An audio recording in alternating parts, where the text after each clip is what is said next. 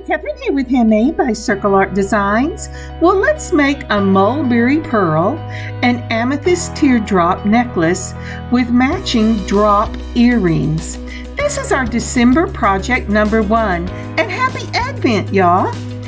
And then we will be using things from the November bargain bead box, and this will be project 5 for that bead box. So let's turn our eyes to the mat and get started. So turning our eyes to the work table, I have put out my Thankful and Blessed mat. I just love this. It is just perfect for this time of the year. And I truly am thankful and blessed that Advent is upon us. And it is such a blessing.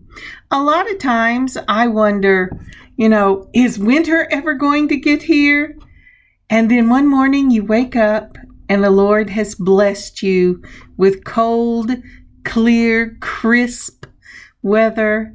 And in those days like that, I sit on my front porch instead of the back, and I get to see all the changes of the morning sun coming up. And it is amazing, just amazing. I am so thankful that winter is here. Advent has come, where I look forward to the second coming of my Lord as I prepare for the first, and all the many blessings He gives me this time of the year. So how about you? We just had Thanksgiving. What blessings are you thankful for? All right, let's see if we can't find the center, and then we'll get started. Okay, that looks about right. That's about as centered as I'm going to get it, if I'll stay there. But this is our 8mm glass pearls and that beautiful mulberry color. And I just think these are stunning. We went shopping this morning after the craziness of this weekend, and I was really looking for a mulberry candle. And I didn't see one, but aren't these beautiful? I just love them. I guess, at least in this area, mulberry is no longer a scent that is associated with Christmas, but it reminds me of home. All right, next up, we have this beautiful amethyst teardrop. Now look how dark that is. And that dark purple with that beautiful rose purple and those mulberry pearls will just set off each other. Now next up, these are some things I had in my own stash. These are about 6mm bicones. These are in a crystal silver flash.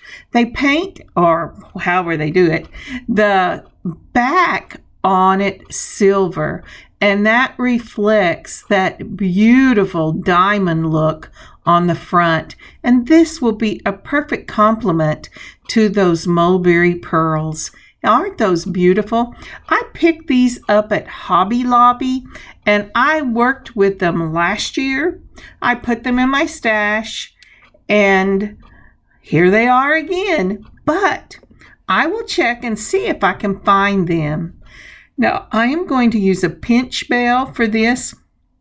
This is a silver-plated pinch bell, and it already has its own little hanger on the top. Next up is our stainless steel chain, and this was from last month's, I believe, bargain bead box, or maybe the month before. But I had not used all of it, so I went ahead and pulled it out of my stash. I believe I saw this particular piece on Fire Mountain, but I'll check and see. Isn't that pretty? I just love the links in this.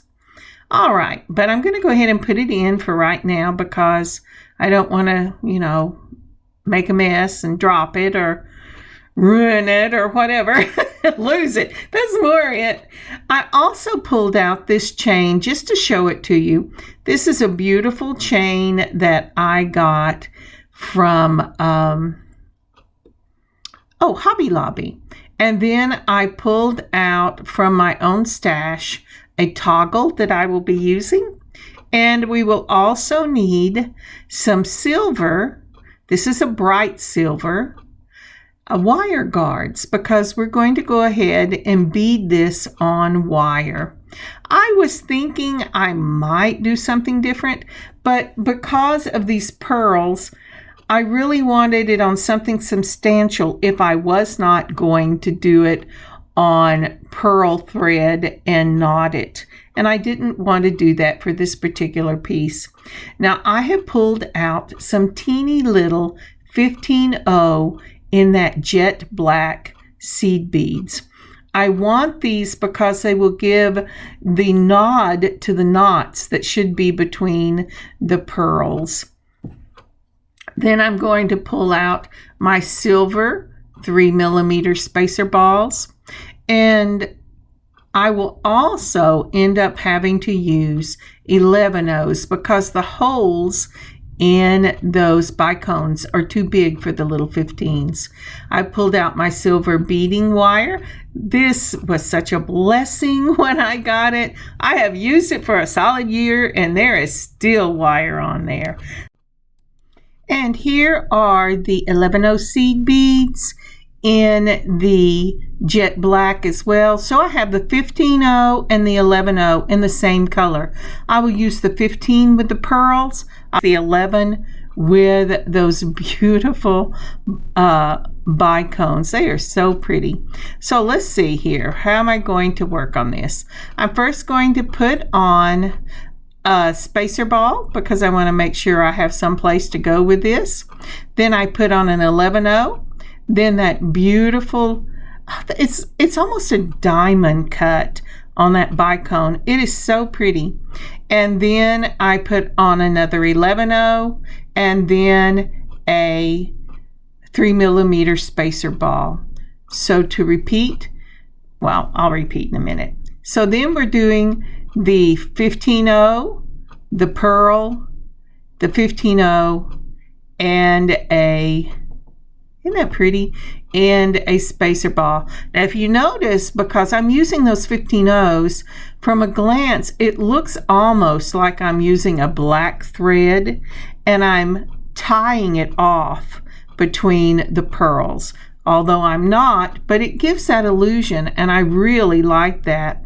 So once we put the 3mm, we went back to the 11-0.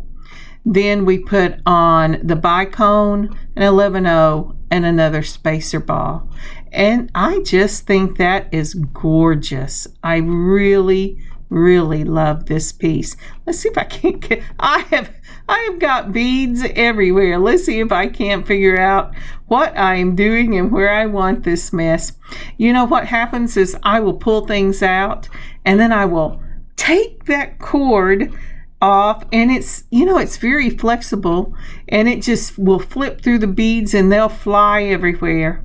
All right, so now it's the 15-0, a pearl, the 15-0, and this time I'm going to do another pearl just like that, a 15-0, and another pearl. And I am doing it this way because I really want the pearls to be the star. I will finish up with a 15-0, then a 3mm, and then an 11-0 because now I'm going to put the bicone on. Then another 11-0, and let's see if I can't get this up there, the 3mm spacer ball. So this is what our necklace is going to look like. Isn't that beautiful? Let me see if I can get you a picture. So again, starting at the right hand side, I am beading on the spool. I have put my crimp on there and it is hid behind my fingers. But after that, we have the 3mm in that spacer ball, an 11-0 seed bead, the 5, I think it's a 6. It's either a 5 or a 6, but I think it's a 6 bicone. And then the 11-0 again, and then a spacer ball. And then you can just barely see it in front of that spacer ball. That's a 15-0. And then we're going to put on one of those mulberry pearls, a 15-0, a spacer ball. And that's one unit. Now for the next unit, which will be unit 2, we're going to put on an 11-0, a bicone, an 11-0, a spacer ball. Then after the spacer ball, a 15-0, a pearl, a 15-0, a pearl, a 15-0, and a pearl, a 15-0. And that's the second unit.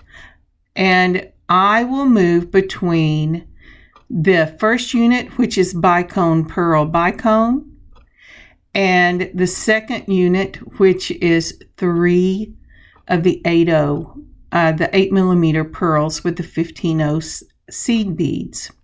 And we will do 1, 3, 1, 3 till I get to the middle of my necklace. All right, let's continue on. Isn't that pretty?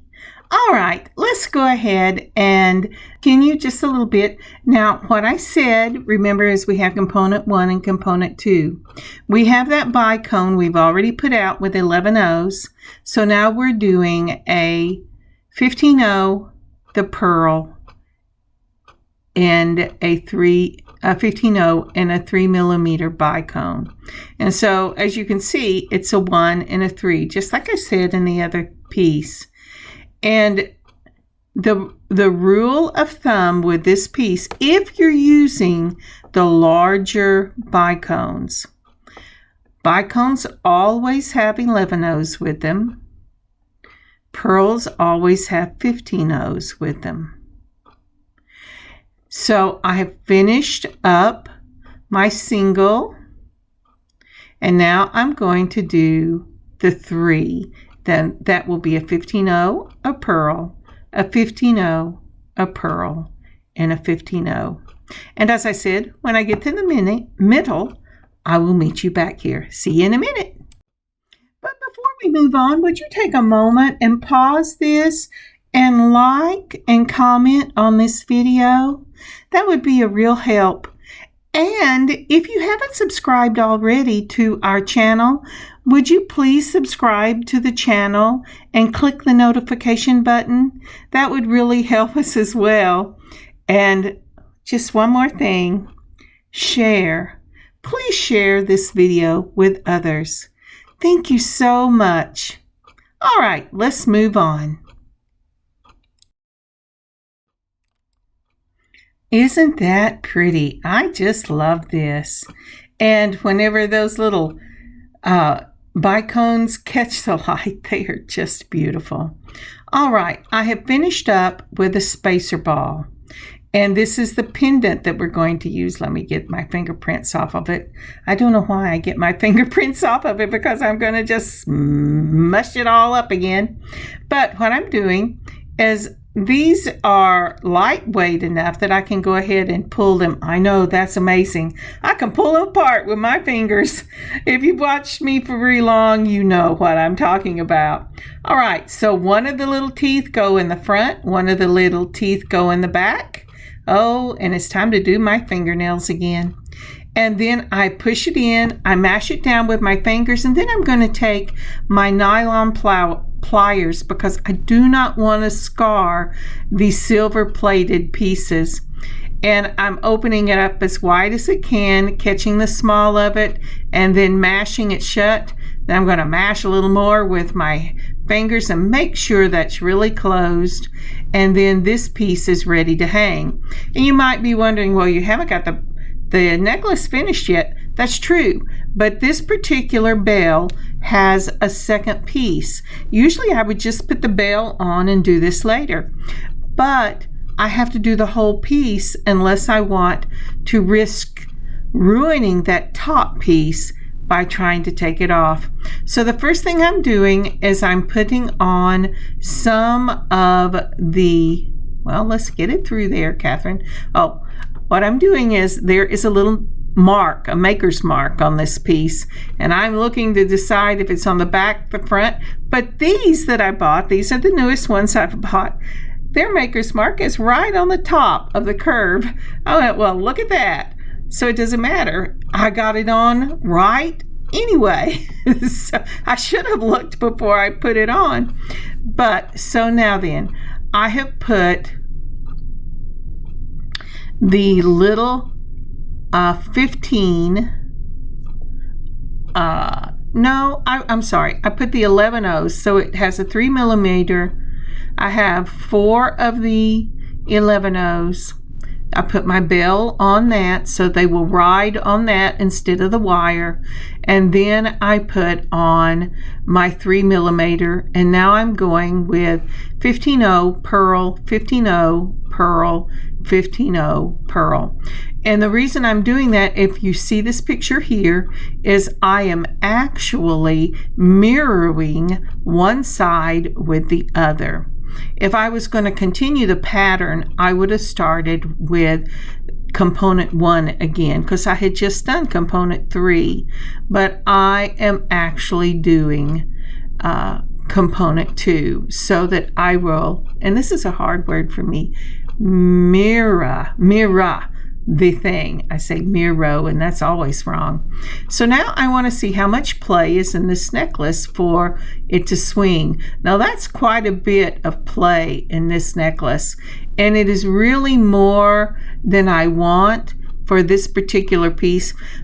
4 11 O's, 3 or 4 is usually my go-to, but I have taken off 2 so that I only left 2 11 O's between these spacer balls. And let's see if I can show this to you a little better.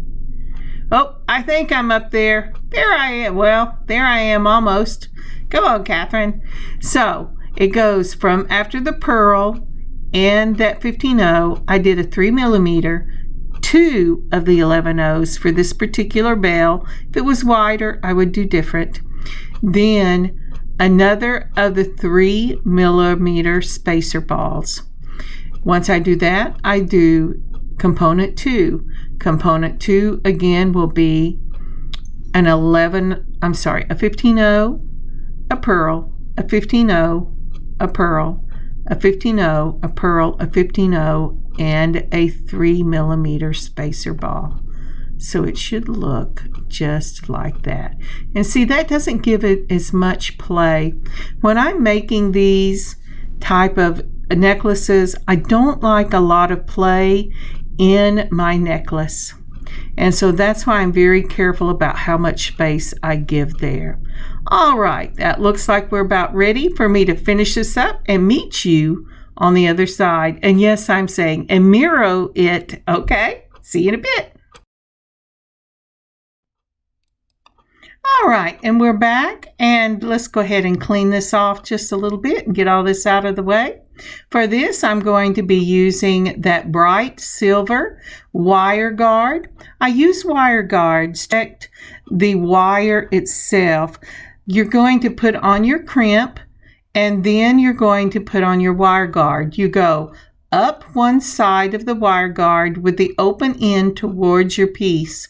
Then you go around the top so that you're holding it like an upside down U.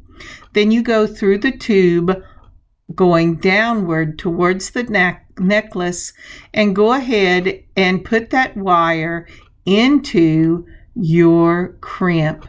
Now when you're pulling this, you want to make sure that you don't let your your wire twist. You want it to lay parallel with each other, because when you crimp this piece, if it's laying parallel, each piece will be in its own little tube from your crimper.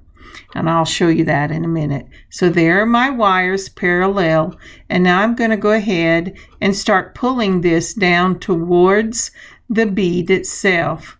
Now on this first side, I don't have to, but it's important that you always think of that, because the first side, if you're working from the spool, you have all you need for wire. So once it's parallel, I put it in the back of the crimper, and that's the large half circle. I mash it, and if I'm held it parallel, there should be an M shape on one side, and it should have a wire coming out of both sides of the M. Then I do a fourth turn, put it in the small circle, and mash that crimp closed.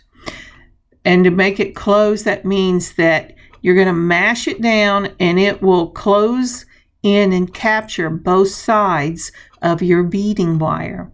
So the next thing that I like to do, this is not necessarily important, and I usually do on one side and not the other, is I'm moving up my 3mm spacer ball, just like that.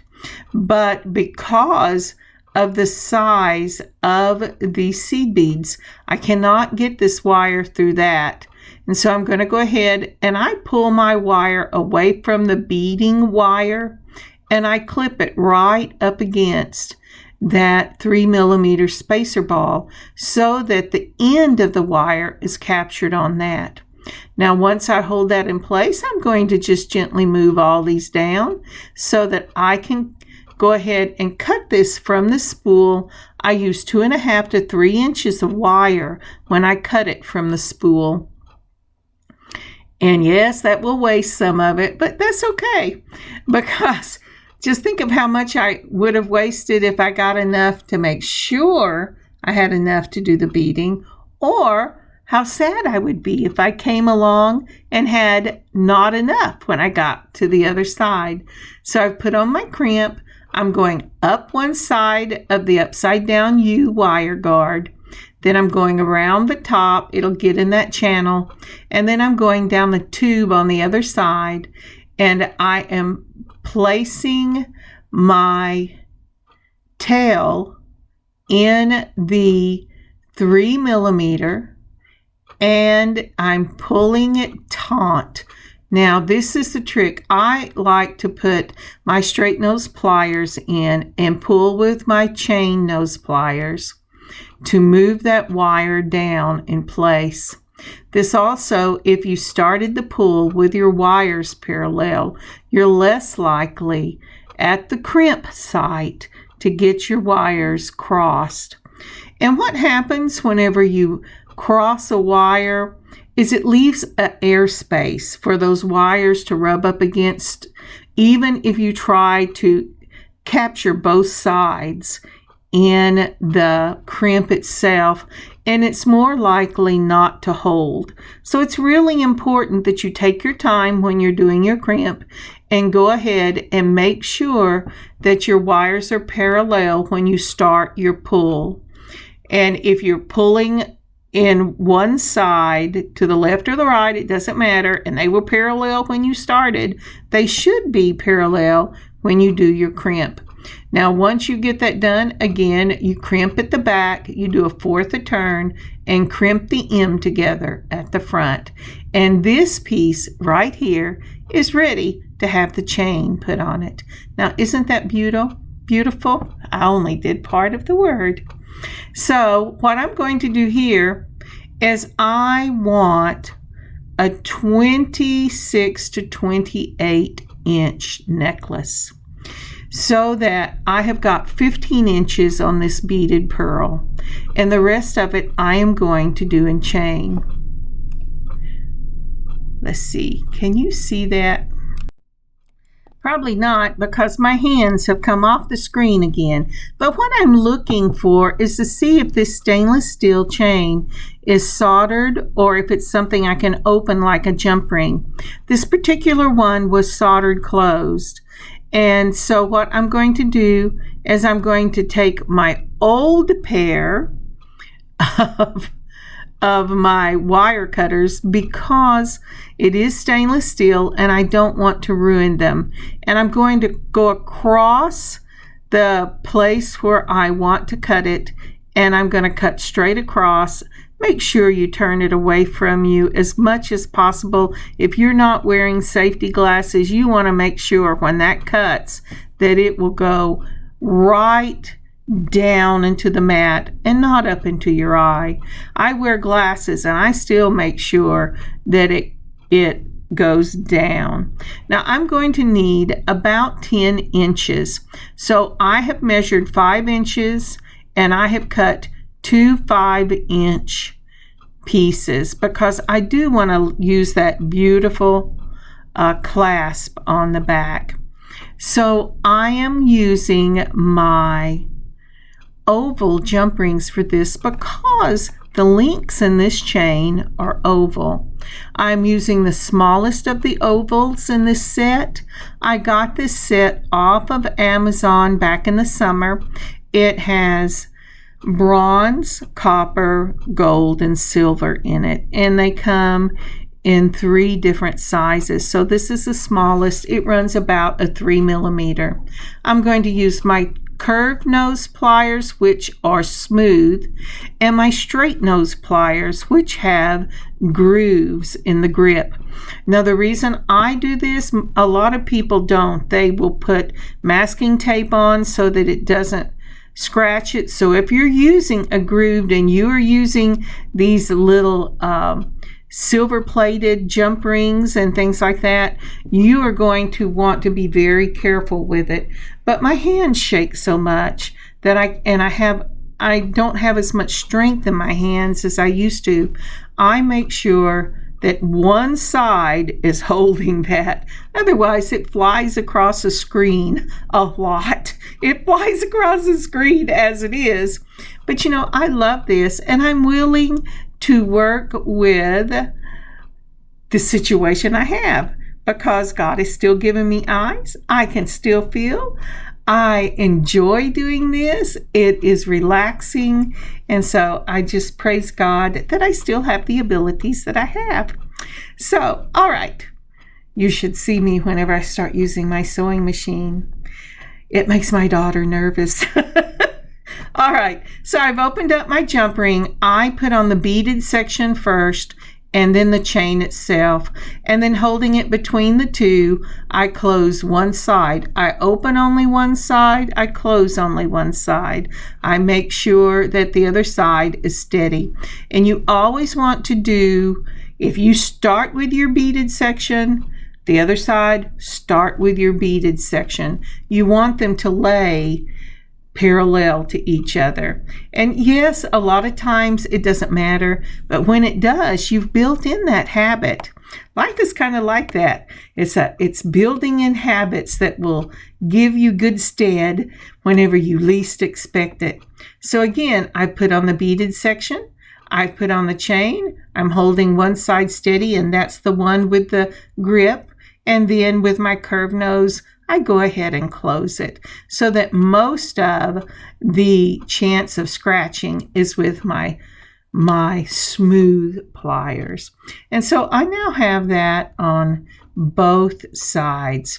What I'm going to do now, because this is a fairly heavy, at least for me, necklace, is I'm going to put on a second jump ring. I love the look of it. It's very decorative, but it also gives you some extra strength. So I hold the chain and the beads in exactly the position that I did whenever I put that first jump ring on. And I slip it onto the bead, and then I slip the chain on, making sure that the other jump ring is on the far side of where I am putting on the second jump ring. Then I'm going to close it up the same, and if I get my hands in picture, I'll show you what this looks like. You know, sometimes you can never be sure what I'm going to be able to show you. All right, now see that has those 2 jump rings, and the trick to this is making sure your other jump ring is on the side away from the side you're putting on the second jump ring. Otherwise, it will crisscross, and that is so sad. So next up, I have these toggles. These toggles I got from one of the Bead Box bargain subscriptions. And this is why this is such a wonderful subscription, is because you not only have, I do between 5 and 8 projects, because I have things I add to it from my own stash. And then I put what I haven't used into my stash, and it's a great stash builder so that you can make jewelry year-round, and I really love that about this box. And no, they don't pay me. I'm just telling you from my heart. I don't even get free subscriptions, but I love it, and I have kept it over the years because of just that. I love the beads. I absolutely adore the fact that they always give me more than I can possibly use in a month. And I'm always surprised when I open up my box looking for something to work with, and I have forgotten all the things that are sitting in that box. But it's truly awesome. So now then, I have put on the toggle on one side, the round piece on the other side, and make sure. Now, you might say, but you put yours on backwards. Well, you know you're right because I'm a lefty. You know you're right because I'm a lefty. Hey, that's funny. I didn't mean to make that funny. All right. So I have gone ahead and I have got this finished. And this piece is ready to go. Now, let's see if I can get my hands out of the way. This is so pretty. And because I use the toggle, I don't even have to finish it off with a charm. It's just beautiful. All right, let's move on to our matching earrings. So for these, we're going to need 2 head pins in that silver plate or silver, just silver color.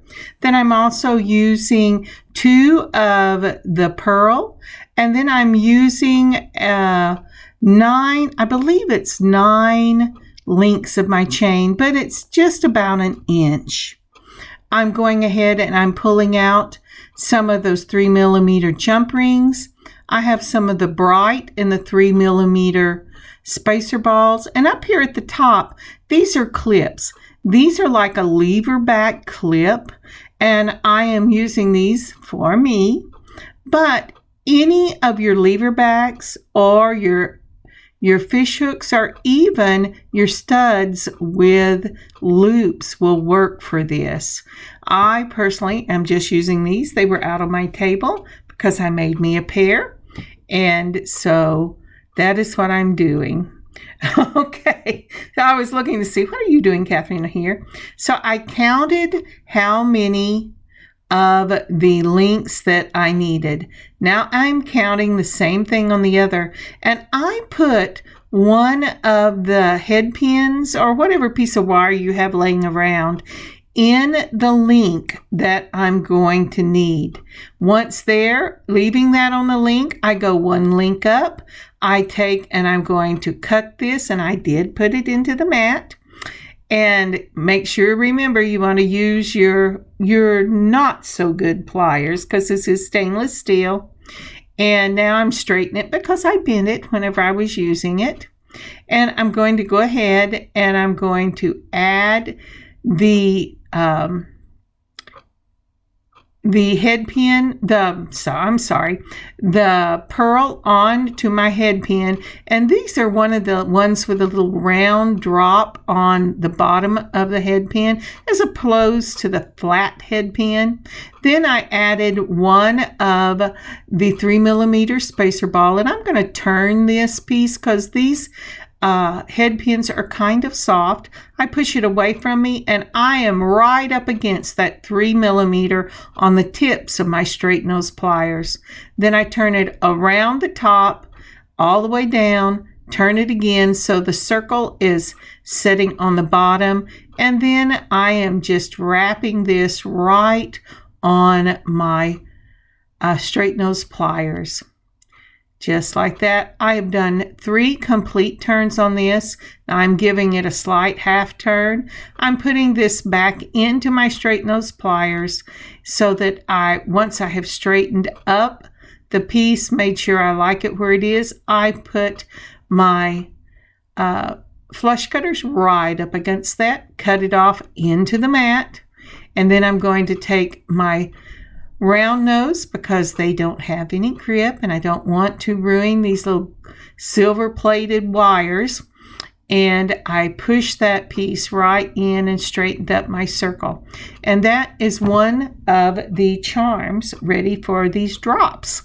So again, I am putting it on my head pin, and this is one that has a little circle at the bottom, so you don't have to put on your own 3 millimeters for that. I put on the pearl. Now I'm putting on a 3 millimeter in the bright gold for that. I just love this look. It's a very classic look. It is, if you watch old movies, and I love to watch old movies that I've never seen before, you will see this type of earring a lot in them. Again, when you do this, go ahead and put the tips of your straight nose, bend it away from you, bend it over the top all the way down, move it to where it looks like it's sitting on the bottom, and go ahead and just wrap this up. And I love these because I can wrap them without having to use my chain nose pliers because they're soft enough, but they're not so soft that, well, I would say, I guess they're as soft as my shorter ones, but they're long enough that I can get at least 3 to 3.5 turns. I could have probably got 4 on this. Again, I'm taking my curved that or smooth on the inside and mashing that wire in so I don't catch it in my hair or scratch my face with it or whatever.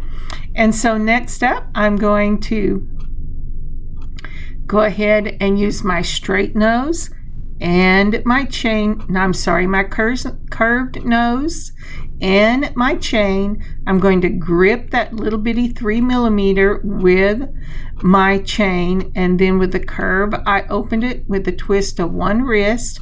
Now I'm putting on my chain just like that, and then I'm going to go ahead and put on my pearl charm. And again, twist one side only, just like that. Fill the top and make sure that it's not rough, because if it's rough, then it's really not closed 9 times out of 10. So that's one side, and we're going to do the same thing to the other.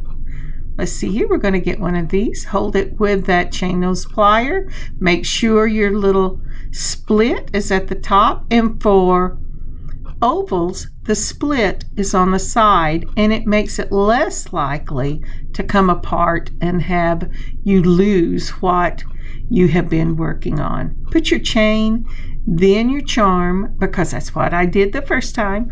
If you did it the other way, do it the same on both sides. I touched it to make sure it was closed, and those are ready to go on the wires.